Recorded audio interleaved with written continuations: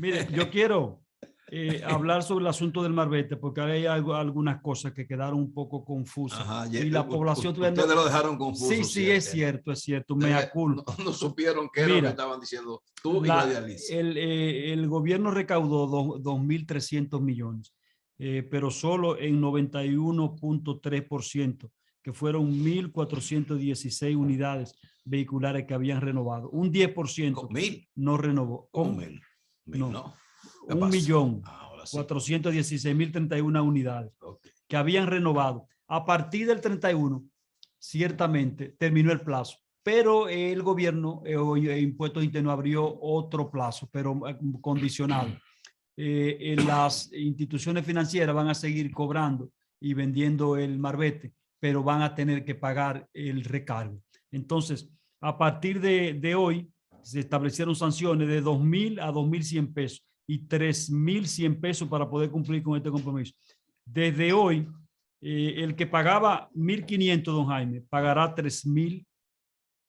Tiene un aumento de 2.000 pesos. Claro, don Jaime. Así fue. Pues ya tenía razón. Pero le dije que sí. Eso, de 2.000 pesos. Y el de 3.000 tendrá que pagar 5.000 para poder renovar en la Dirección de Impuestos Internos. Una multica. Para renovar son 1.550.771 unidades. Faltan.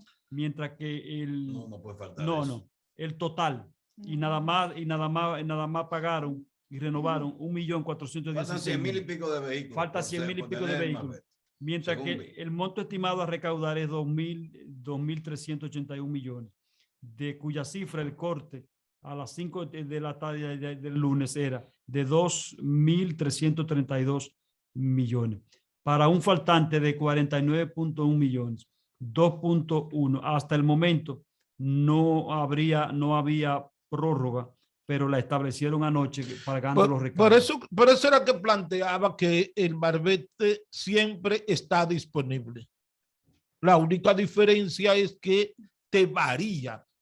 Si tú no lo sacaste en la fecha establecida, entonces tú sabes las dificultades que tendrá en términos del aumento y en términos de la limitante de la cantidad de lugares donde tú tienes que sacarlo. Así es que el marbete sigue disponible. Ahora, usted tendrá que saber que si no lo sacó a tiempo y el suyo costaba 1.500 pesos, usted tiene que saber que tendrá que pagar prácticamente un 50% más de lo que usted pagaba. Esa es la única diferencia, pero impuestos internos siempre durante todo el tiempo, prácticamente durante todo el año. El marbete está disponible. ¿No? Entonces, yo lo que no me explico por qué si yo no lo logré antes del 31 de enero, a mí no se me puede perseguir porque tú como institución lo tienes disponible todavía. Es decir, tú no puedes detenerme en las calles porque yo puedo decir no.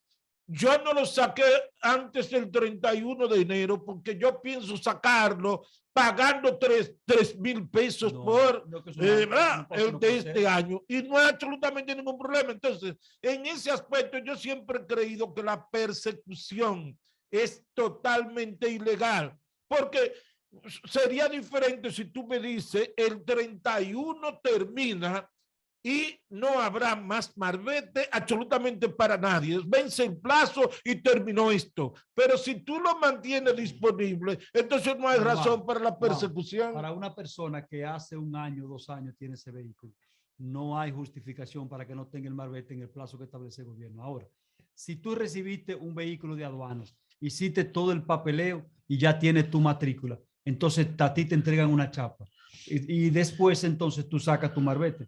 Pero tú no puedes decir, no, yo voy a dejar el marbete que se cumple el plazo porque yo voy a pagar el recargo. No es así, hay un cumplimiento de las medidas, una medida recaudatoria. Y cuando tú quieras que pague los impuestos. Cuando se termine el plazo de la compra libre, te paran entonces los DGCET y ahí es donde se suman además, 1.000 pesos más por la multa. Y un detalle, el gobierno se planifica en el cobro de los impuestos y las recaudaciones en 1 año, pero se planifica y está en el presupuesto de ese año y necesita esos recursos. Entonces el ciudadano no puede pagar cuando quiera. Por eso es que hay una presión y una persecución del Estado, tanto con recargo afectándote el bolsillo, como la persecución de las autoridades de tránsito. La ilegalidad radicaría en, como tú señalas, si el Estado se niega habiéndote dado previamente una chapa. Sí. Si te niega la renovación de esa chapa, ahí sí hay una ilegalidad, pero no que cierre el periodo y que entonces te imponga un pago adicional.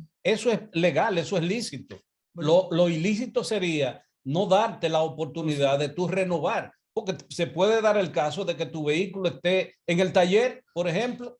Lo que yo te planteo es que sí, pero es que si tú mantienes disponibilidad de marbetes, eso no importa. Entonces yo no estoy en ninguna ilegalidad si yo no lo he sacado. Claro, ahora, si tú cierras el plazo de manera definitiva, entonces sí yo estoy en ilegalidad. Sí, ahí sí habría ilegalidad. Sí, yo sí ahí sí habría ilegalidad, porque tú me diste una chapa cuando ese vehículo entró, tú me diste una matrícula y una chapa. Ahí después me va a decir que no hay forma de que yo renueve. Te advierto un asunto.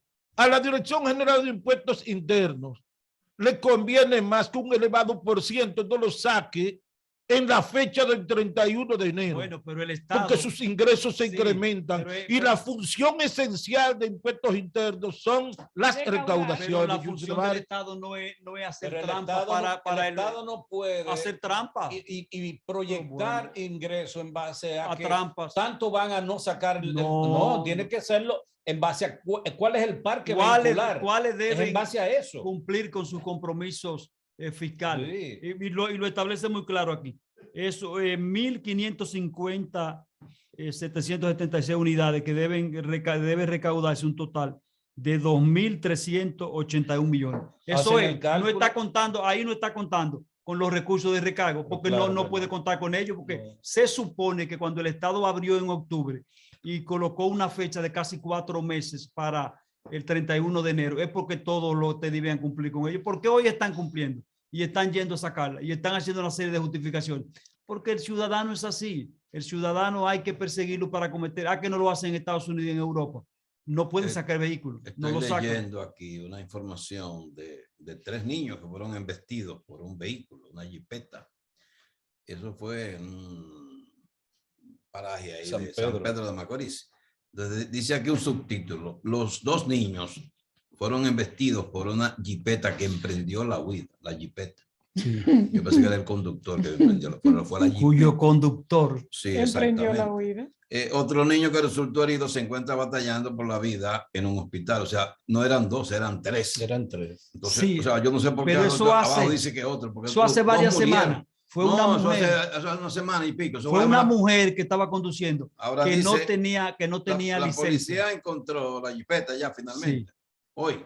Entonces dicen los vecinos del lugar que era una mujer que estaba aprendiendo a manejar. Una jipeta de la suya. Sí. Y ella se subió a la acera. Sí. Y ahí fue que embistió a los 3 niños. Porque los 3 niños venían con el papá. Sí, que venían de jugar béisbol. Sí. Entonces, el tipo que le estaba enseñando a ella a manejar, le dijo, ten cuidado con los niños. Y ella, en vez de frenar, lo que hizo fue que aceleró. Entonces se fue al pavimento, al área de la acera y se llevó los niños, y una tragedia que provocó una situación. Claro. Pero entonces lo que hizo el tipo, señores, las cámaras están resolviendo muchos problemas. Había una cámara, don Jaime, ahí, no sé si usted lo va a leer más abajo. Y el tipo que iba en el área del pasajero se trasladó inmediatamente, sin ir a recorrer los niños, y se montó adelante y la quitó a ella para hacer el montaje de que era él que iba, porque él tenía toda la documentación. Entonces emprendieron la huida, ambos en el vehículo, y ya lo localizaron. Ese fue el error de él. Pero lo localizaron, pero no lo han apresado. No, todavía no. Localizaron la jipeta. El vehículo. Okay. El vehículo, pero la MVP no todavía. La semana pasada ella le dice la MVP. Estel MVP. Sí, y ella está en algunas redes sociales subida en esa jipeta con. Pero yo no entiendo por qué las autoridades no han dado con ella si desde la semana pasada la identificaron como la persona que iba manejando el vehículo. Bueno, y pueden identificar con el número de chasis, de placa. No, tienen el vehículo en su poder. Por eso ya se apoderó del vehículo. Ya el dueño va a aparecer porque solo hay la dirección y todo, lo buscan el dueño. ¿Pero qué tiempo? Eso fue el viernes. Eso fue la semana pasada. Eso fue el viernes y hoy es martes. No fue, sí, don Jaime. Sí, lo hablamos el jueves. El jueves, porque usted lo vio el viernes y Yusi leyó la información. Fue el jueves. Y hoy es martes. O sea, hay mucha el tiempo que ha pasado y todavía no han podido dar con estas personas. Hay mucha desidia, por no decir complicidad, porque fácilmente era identificable. Estaban identificados. Incompetencia más que otra cosa. No creo que sea complicidad, incompetencia. Es que la policía no tiene dentro de sus órganos grupo específico, departamento específico. La policía debería tener un departamento que tenga que ver con el tránsito. En San Pedro. Además, eso debe ser cuestión de la DGC. Pero en San Pedro es DICRIM, pasa DICRIM.